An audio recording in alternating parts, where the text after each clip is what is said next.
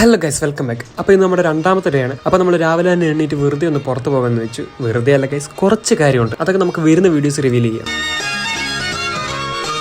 Guys, നമ്മൾ സിമ്പിളിൽ നിന്ന് വരുന്ന പല കാര്യങ്ങളും അതിൻ്റെയൊക്കെ പുറകെ ഇറങ്ങി കഴിയുമ്പോഴാണ് എന്തോരം പാടാന്ന് മനസ്സിലാകുന്നത്. ഗൈസ്, പോയ കാര്യം ഫുള്ളായിട്ട് ഓക്കെ ആയില്ലെങ്കിൽ പോലും ഇന്ന് തിരിച്ചു വരേണ്ടി വന്നു. ഇനി നാളെയും പോകണം.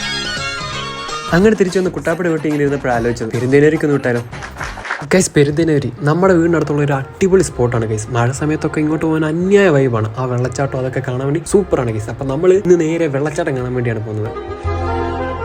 ഗൈസ്, ഇവിടെ എത്തിക്കഴിഞ്ഞപ്പോഴാണ് അതിൽ ചതി മനസ്സിലായത്. ഇവിടെ വെള്ളമില്ല ഗൈസ്, മൊത്തം വറ്റി വരണ്ട് കിടക്കുക.